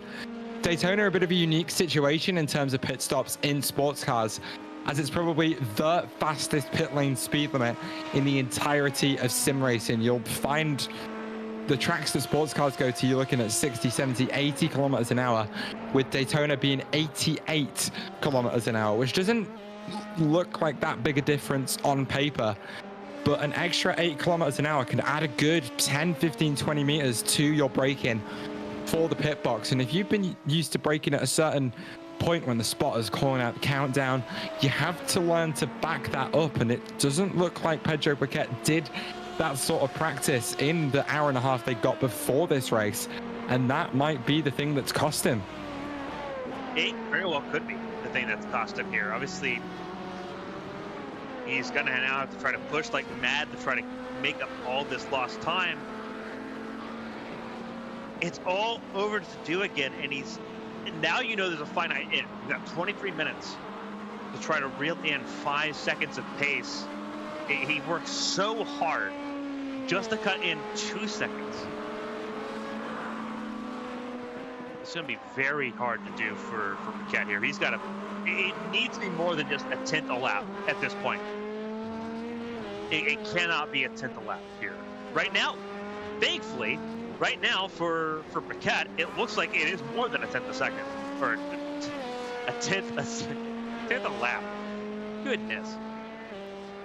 I have to do a champ car race after this. You'll be fine, Carmen. That one's exactly. I'll be on the track. What? Where are you at tonight? New Hampshire. Oh, why? Oh wait, no. New Hampshire's good now, isn't it? Yes, it's very good. To be fair, it was good last time we went there. I'll never forget that that fight in season 5. What are you on? Season 7 now? Yes. Yeah, season 5. That was a banger race. I loved that. I think we were all quite surprised it was such a good race as well, considering it's going to be New Hampshire's quite a flat oval. Of course, it's had its art rework as well, so it's going to look really good on the broadcast that you can find on twitch.tv/ABN Studios. Yeah, ABN. You think I'd know by now, but doing this for over a year. Well, actually, you've mostly been on YouTube. Well, the only thing you've been doing on Twitch is GRR. And that season's wrapped up. You know what? You're right. Yeah. There's an entire Champ Car season 6 is on YouTube. Absolutely. Right now, Rosa is sitting again in second. Blasco going extra long on this pit stop, but he's also not dying for the race win. Rosa 137.81. Oh my goodness, 137.21 by Piquet last time around. He is closed in 0.6 of a second that last lap. Uh-oh. The fight may still...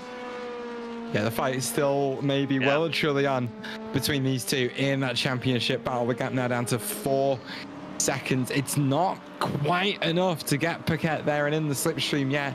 He's going to get a few more laps like that, and considering his late stint pace in the previous stint, it does bring into question how long can Piquet keep that level of pace up, and that might be Rosa's saving grace. He just seems to be a little bit more consistent over the course of a fuel tank, and again, that's what might keep him at the front of this field. This is going to be an absolutely wild time to see how this all plays out. Let's see if Rosa can respond, because at this point he has to know that Piquet has been pushing last couple laps here. Forward start finish line. Well, they're in a voice call together, Carmen. They've been talking this entire race distance, and each one will know exactly what the other has got going on strategy-wise, exactly what's been happening, exactly when the other one is starting to push, because that's the only way you succeed at Daytona. Yeah. There's a response. Rosa 137.1, 137.2 for Piquet. So yep, there is a response that we were looking to see if it was going to happen. It is game on here. Blasco at the front of the field. He's just relaxing. He's in the pit stop he's got to make, and at this rate, he's going to leapfrog Mendez with how this is looking at the moment. With the pace of Mendez as well, he's struggling. 138.707 last time around, compared to Blasco's 137.341. So that's a second and a half or so difference between those two cars, which is going to make Mendez's job a lot harder, especially considering the Blasco's final stop going to be a lot shorter than all three of the other LMP2s that are left in this field. Of course, Bart Mattia finding his way out of this race in that first round of pit stops after Blasco got past him and started to run off into the distance. That did decide their battle for P3 in the championship in favor of Blasco. So it seemed like Mattia just not willing to continue on in this race and basically fight for P4, considering he's not being challenged by anyone. And it's one of those, we always like to see drivers finish out championship, probably finish out race and they end up. But I always have a little bit of a rule of thumb with my guys that if it's not fun, don't do it. If you don't want to waste your time doing 90 minutes of driving around Daytona, you absolutely don't need to, and no one can force you to. 3.9 seconds. Rosa not finding consistency. Back to the 137.8. Piquet in the 137.3 still. So Piquet finding consistency at the top end of that LMP2. That Dallara giving Piquet a little bit more than it's giving Rosa at the moment.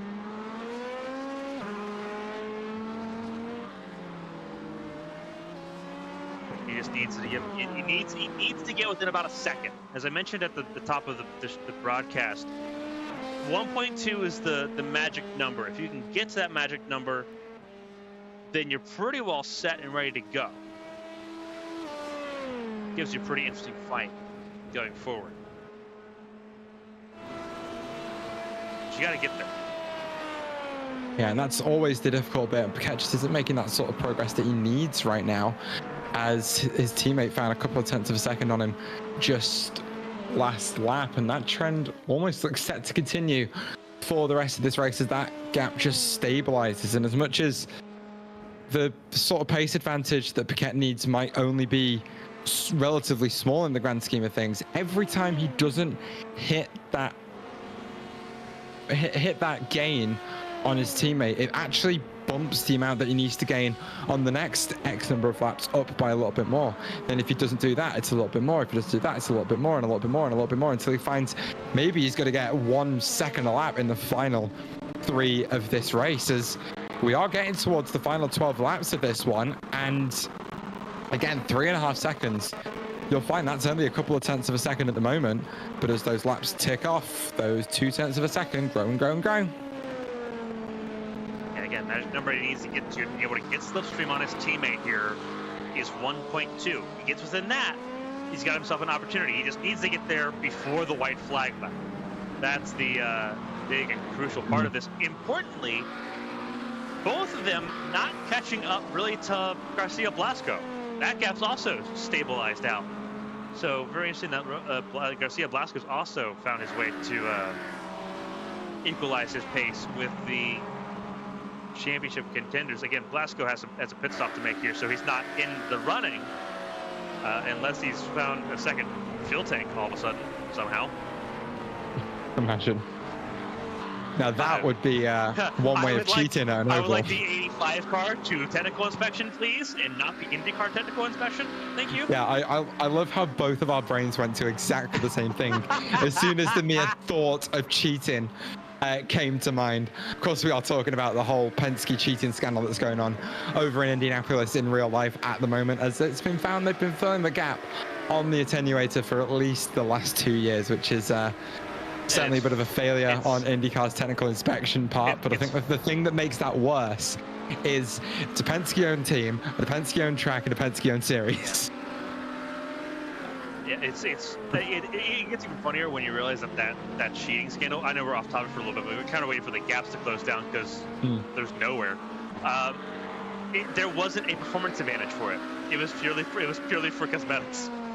Yeah, 100%. The air doesn't get there. Like, it's barely an advantage. Like, it's going to help a tiny amount, but nothing that's actually tangible, which is why apparently they only had it on some of the cars, like on some of the attenuators, like not all of them had that little seam filled in, which means they didn't even think it was important enough to do it on every single car. Yeah, so so to kind of break that in a little bit, there's been 3 different attenuators, 2022, 2023, 2024, because they released a new set of attenuators for the hybrid. Because they had to, because it went in the Bellhausen. Correct. which it makes me ask the question, why are we recycling attenuators? Because that's what they did with this year, is they recycled attenuators for Power and Newgarden. Make sense. But yeah, it was purely because they didn't like the way the glue looked when they in the actual like scene when they connected the attenuator to the back of the car.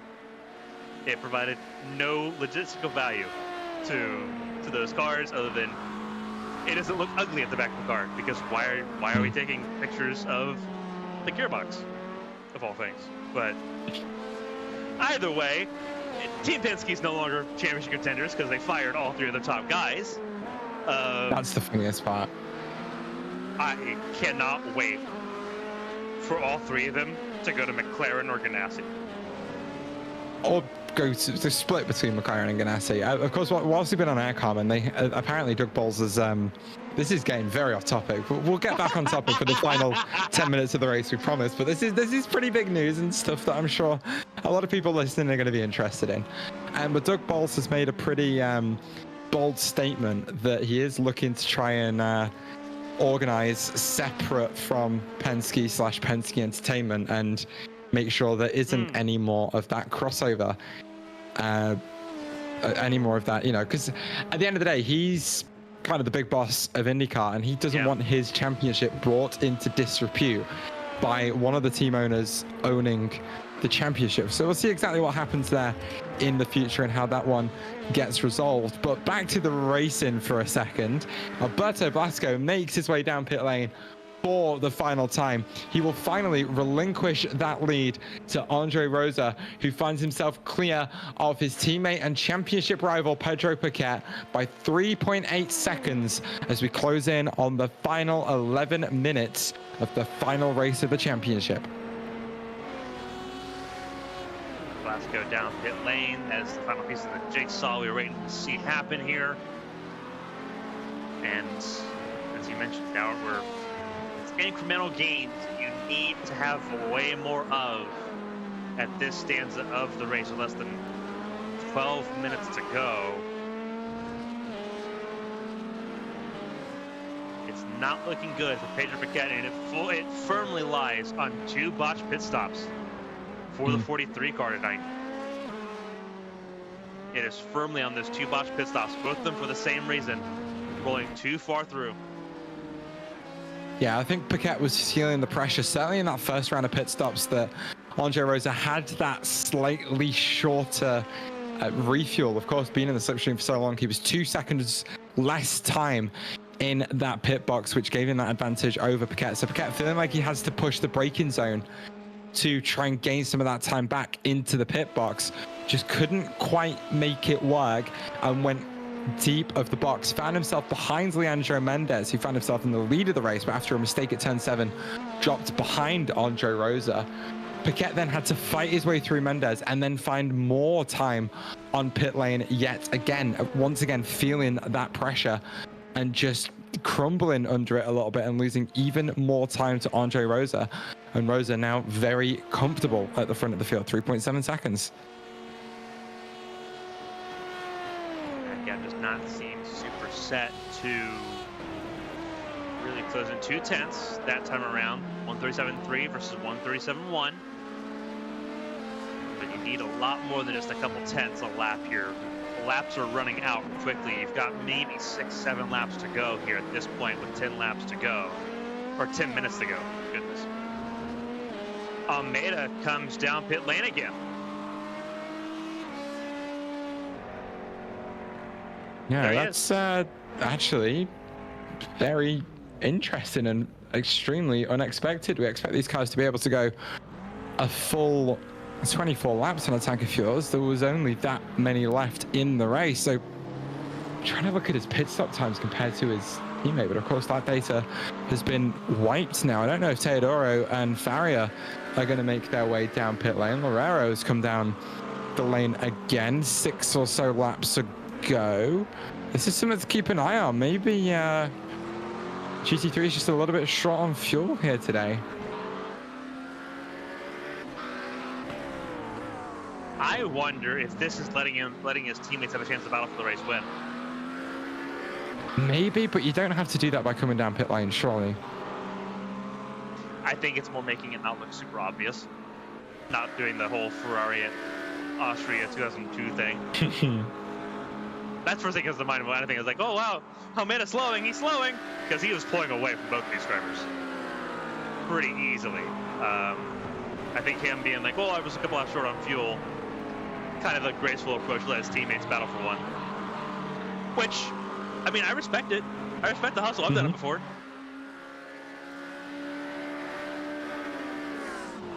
It means we might get to talk to Federico Farrier at the end of this one, Carmen. Oops. Maybe. Let's see. No, he's coming down pit lane, actually. Dude, did they pit too early and have to stop for fuel? That's the question that I've got in my mind as well. Because we are only 8 minutes short of the end of the race. No. So I'm not quite sure what's happening there. It's not going to leave them under any sort of pressure from Artillerero, because he's had to make that extra stop as well in this 27 seconds off the back of Miguel Almeida. He was reacting to them. No, he was first. Oh, that's 7 right, laps 7 laps to go this lap, yeah. So Teodoro now leads, as he did when Miguel Almeida came down pit lane for what should be the final time. But we're expecting, at this rate, Teodoro to come down pit lane for one last splash and dash as well. And it will be a little bit shorter than both of his teammates. So we'll see where all three of these guys cycle out for the final sprint to the finish. But your camera is focused squarely on your LMP2 championship leader, as he is 7 minutes away from being the brand new LMP2 champion in the Platinum Pilot Series. Of course, Luke Smith, who was so dominant last season, dropped down to GT3 for season 2 to have it out with Miguel Almeida, but dropping out after the first couple of rounds of the championship. Left the door open for a brand new LMP2 champion. It won't be the same case in GT3, as Miguel Almeida will repeat his season 1 championship. And it has been a bit of an up and down season for Almeida, but he's been one of the more consistent drivers in the championship, and of course sticking around has really helped put him in that position. A controversial way to win the championship, with an incident happening between his championship rival and one of his teammates, which I'm sure will get hashed out after tonight's proceedings. But for now, it is all about almost celebrating Almeida's victory a little bit early on and waiting to see if Andre Rosa can hang on for that win. Big time questions we're about to have answered here in Daytona. Wrap up the Platinum Pilot Series season.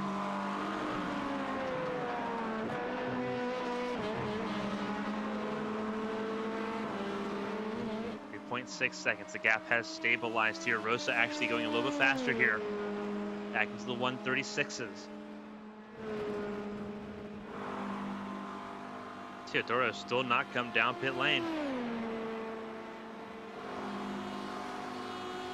Yeah, these cars can do about 24 laps on a tank of fuel, so I expect Teodoro to come down at the very least this time by. And again, we'll have the shortest stop out of all of the LMP2s in the field. 36 seconds down pit lane for Almeida last time. 42 seconds for Federico Farrier, actually. Finds himself 10 seconds off the back of his teammate. But again, Teodoro should have a much shorter time of it as he comes through the bus stop for what should be the final time before he comes down pit lane. 5 minutes left on the clock. Here is your GT3 race leader. It's still a Sonic Racing Team McLaren. Where have we seen this one before? As I expect the Portuguese to make a hard left turn down pit lane this time by. We're going to find out if he does or not. Has he been saving enough fuel? Oh, he has been. Not come down. Okay. Interesting. That is another lap of fuel. That's a big lift and coast, Carmen. That is a really big lift into turn 1.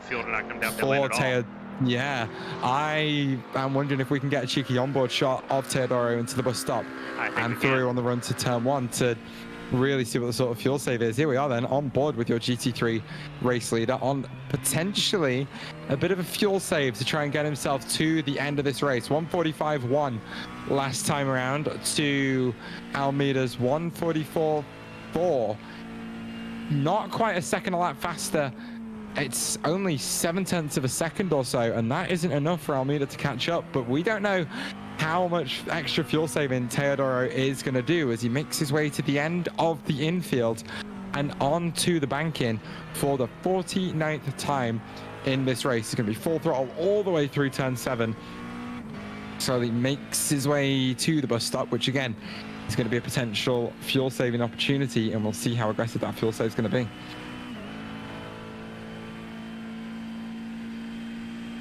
We're going to hear it if he does.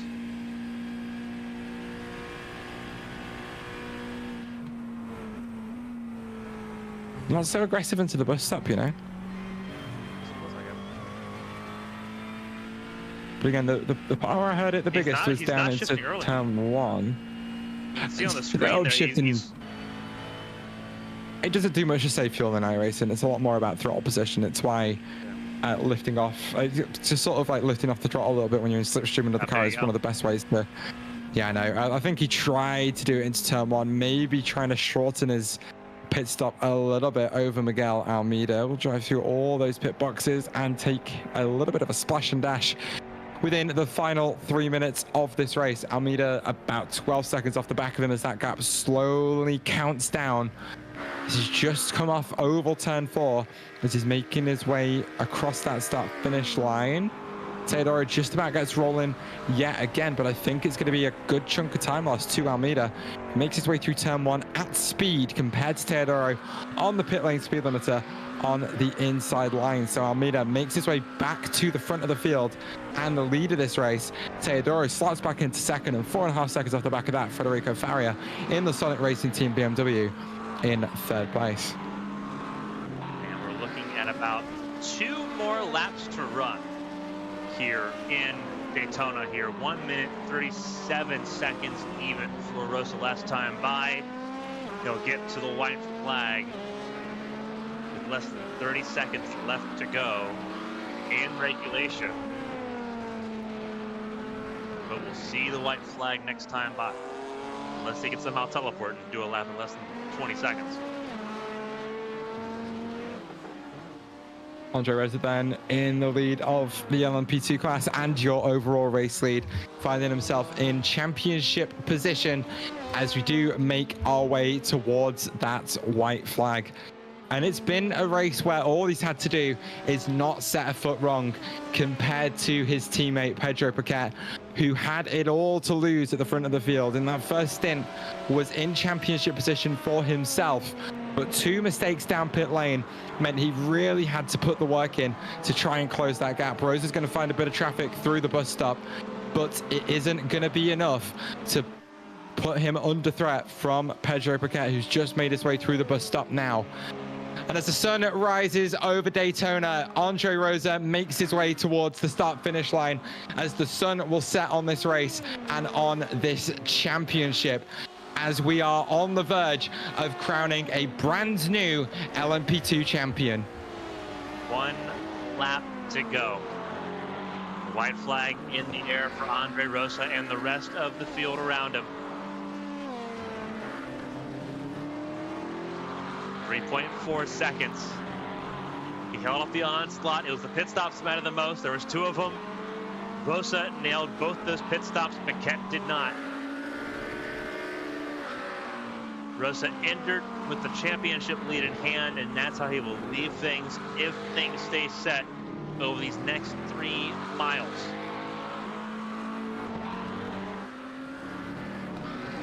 Coming up on one of the Sonic Racing Team cars, that would be Teodoro, number 11, with Miguel Almeida, your GT3 champion, just up the road. He'll get to both of them. Of course, Almeida already crowned before we get to the checkered flag in this race, but your 2 champions will come to the start-finish line almost line astern. Andre Rosa will match his teammate for total number of wins, but at the end of the day, it was his consistency over the course of 8 races that puts him in a very firm spot at the top of the championship.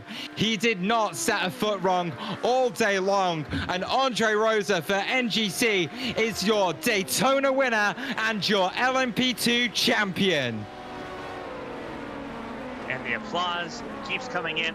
Miguel Almeida, for the second season running, champion in GT3. Sonic Racing Team get their 1, 2, 3. While NGC Rubis Gas gets their 1, 2 to close out the season as well.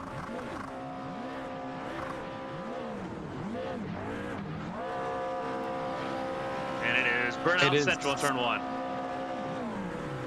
And it is the fifth 1-2/1-2-3 on the season as well. 3 for NGC by Rubis Gas, 2 of those for Sonic Racing Team. A very impressive drive by both teams to be so dominant at the top of the championship. Of course, a short field maybe quelling the drama today, but there was still a lot of drama out there on track that we will have plenty of time to unpack. So whilst everyone has now crossed the start-finish line, let's take a look at those race results as we celebrate our 2 champions. So in LMP2 then, it was Andre Rosa that came across the start-finish line first to claim first place and also the LMP2 championship. It wasn't Pedro Paquette's day today, as he was only good enough for second, which wasn't enough to overhaul Rosa's points lead. Alberto Garcia Blasco rounds out the podium in LMP2 and maintains his spot in third in the championship, with Leandro Mendez bringing it home in 4th place, 39 seconds off that race lead. We had Bart Mattia drop out early on as he couldn't do anything to overhaul his points gap to Alberto Garcia Blasco. He remains 4th in the championship overall. Over in GT3, it is Miguel Almeida winning over Diego Turadoro and Federica Faria, all 3 Sonic Racing Team cars, 1, 2, and 3.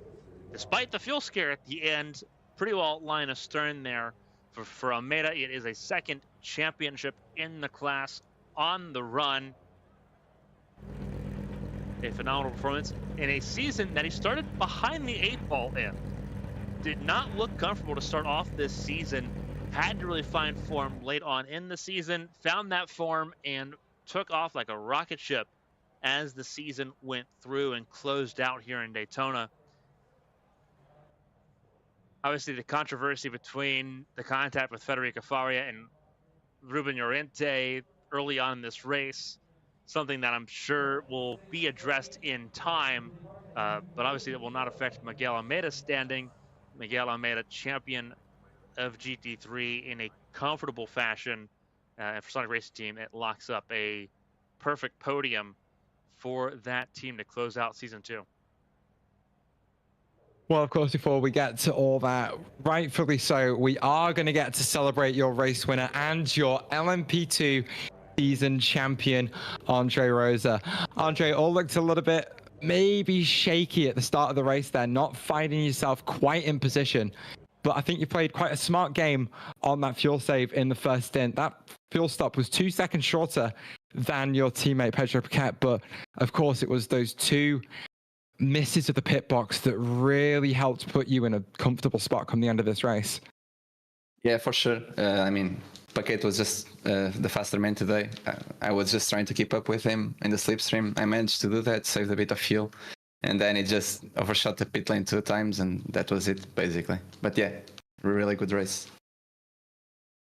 But even then, it's got to be said, your pace in the second half of those 2 stints where you were both in clean air, it looks like you had the pace over Pedro Paquette. And maybe there was a little bit of over-aggression on the tyres from Pedro in the early phase of the stint. And do you feel like you, at this point of the season, have perhaps a better understanding of the tyres and were able to use that pace at different phases of the race to try and hold on? Yeah, of course. At the end of the championship, I have a better understanding because I'm not really used to this car. Tires were also new because of the updates. But I mean, it's not like I wasn't pushing. I was also pushing a lot. My tires at the end, mainly the rears, were a bit destroyed. Yeah. I was doing the turn one always sideways. But yeah, Paquette did his race. I think the only main issue was really the two times he overshot the pit lane. But yeah. Well, you didn't set a foot wrong all day long, and you are crowned Platinum Pilot Series second new LMP2 Series champion. So just talk us through how that one feels. It's been a really long season to get to this point, and you have worked your butt off to make it work. So emotions have got to be somewhere at this stage. Yeah, it's really cool, of course. Last race was a bit of a odd one. I had a bit of pace, but I couldn't qualify that well. Then I had an accident in the first lap and had to fight my way through from almost last or something to P3, which wasn't what I wanted, but better than nothing, I guess. It's just something else. It's really cool to win something. It always is. But yeah, it just comes to this race. I think either me or Paquette would win it either way, and we just hope to have fun, and I think we did. I'm glad to hear it. Of course, eyes now turn to the 12 Hours of Daytona in a week or so's time. Of course, it wasn't a great outing at Aragon last time, but there's got to be a little bit of energy carried through from winning here that should give you at least some sort of boost into the final round of the PEC. Yeah, I'm not taking part in that. I won't be home, so I can't. But I believe my team will be there, and they will probably do a really good job. Well, we're certainly looking forward to it. It's a shame we won't be seeing you out on track. Hopefully, we'll see you back for season 3. But as always, Andre, I'm sure you're used to this one by now. If you want to thank anyone, shout anyone out, it is now your time. Congratulations on the win, and congratulations on the championship. Thank you very much. I want to thank our sponsors, Margem da Arada e Rubis Gás. Also our team manager, Nelson Clement, and all my teammates, Paquette. Obviously, he is a really cool dude. Known him for a long time now. And all my teammates. That's mainly it. Thank you for your time again, Andre. Yeah. Go celebrate the win. You've earned it, dude. Thank you very much. See you guys. So, Carmen, you're going to get to speak to Miguel Almeida, 2-time series champion and multiple-time race winner so far this season. Let's bring him in and let's give a couple of questions. Hello. Carmen? Hello. Be very helpful if my microphone was going to cooperate with me in That'll this do it. one. But obviously, so Miguel, fantastic run here tonight. A 1-2-3 for the Sonic Racing team and a championship to go. Second time in a row you've been champion of the GT3 class.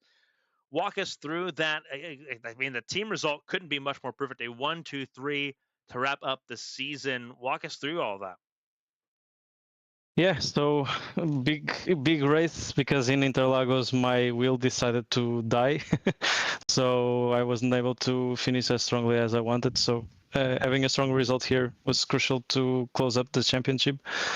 So yeah, put in a bit more practice than usual, and yeah, starting strong ahead of Rubens. I saw that there was a bit of a scuffle behind.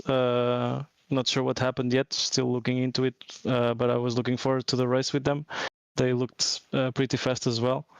But nonetheless, good result for the Sonic team. I think my teammate in P2 also jumped a place because of the P2, not sure yet. But yeah, positive overall. Obviously, you talk about you haven't had a chance to look at that incident further back yet there, but it had been a season to really sort of take memory of with that battle between you and Ruben throughout the season, being able to battle all the season long, because you didn't have the most comfortable start to the season to kick things off here, to rally back. What was the composure for the team in terms of getting on the right track and getting back to that championship contending form? Obviously, for me, being in here part of the time, being able to catch glimpses in and out, I got pieces of what that transformation looked like for you. What was that piece put together like for you as far as getting back to that conversation and getting back to being in the championship lead? Yeah, I think we got a bit too comfortable and, to be honest, a bit too cocky after the first 2 races or 3 races. And at least for me, that bit me in the ass, to be honest. So it was kind of, okay, I need to take this a bit more seriously. Especially in these last races with all the rain and no place was guaranteed. I think, yeah, it was kind of trading P1s with Rubens and Gerhard. But yeah, in the end, I think it turned out well for us. I think the team also put a good race together for the end to try and win 1 or 2 positions for the other teammates. So I think it was a good season overall. Could have been better and a bit more consistent, let's say. Obviously, the focus now shifts for you. You've got a championship here. We've got 1 more race in the Endurance Championship coming up next weekend right here at Daytona. Getting ready for that season to close out. How exciting is it to be back at Daytona and to be able to push full out here like you were able to tonight? Yes, definitely one of my favorite tracks, and I think for my teammates as well. And having this race and also the preparation for this week counts as a good train for practice for the race. And we're looking forward to compare our performance with the other drivers and hopefully fight it out on the track a bit more closely than here. Yeah, I'm looking forward for that weekend. Well, obviously, this is you've been in this position before. If there's anyone to shout and say thank you to, the floor is yours. Congratulations not only to the team on their 1, 2, 3 tonight here in the GT3 class, but congrats to you on another win in another championship defense. You're now 2-time defending champion of the GT3 class here in the Platinum Pilot Series. Yes, so thank you and congratulations to the rest of the team for the race and for the championship, and also congratulations to André Rosa for his win here, and thanks to you for being out there and putting up a great show as well and organizing the championship, and I'm looking forward for the 3rd round. Absolutely. Hopefully a 3-time winner 1 year time. Let's see. Hopefully that is the case. Again, Miguel Almeida, champion of GT3 once again in the Platinum Pilot Series and race winner tonight here in Daytona. Miguel, enjoy the championship, celebrate it, and we'll see you again in a couple weekends' time right back here in Daytona. Thank you. See ya. Bye-bye. Well, it was certainly a very controversial end to the championship in GT3, and even LMP2 managed to keep it interesting for us as well, as we look back on another fantastic season of the Platinum Pilot Series. If you want more action from the Platinum Championships, we'll be back in 2 weekends' time from Daytona for the 12 hours of Daytona to round out Season 7 of the Platinum Endurance Championship. There's still championship fights going on in all 3 classes over there, as well as, once again, it all comes down to the wire. We, of course, have plenty of action still to come on ABN today as well. And Carmen, you'll be participating in that one. Absolutely. 8 p.m. Eastern time on Twitch, ABN_studios. It's also in all of our bios and in the YouTube channel description here. It is the ABN Champ Car World Series, our World Championship at New Hampshire, the Magic Mile, 425 laps, 2x2 racing all the way through. It's one of the fastest short ovals we go to on the calendar.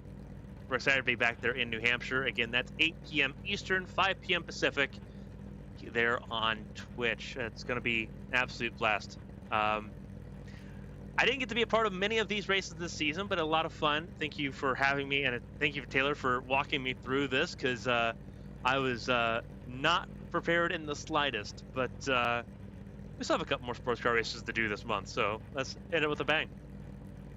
We do, but we have now closed a book on another season of the Platinum Pilot Series, and it was just as dramatic as the first. We certainly look forward to bringing you hopefully another one of these in a few months' time and rounding out the Platinum Endurance Championship in 2 weekends' time.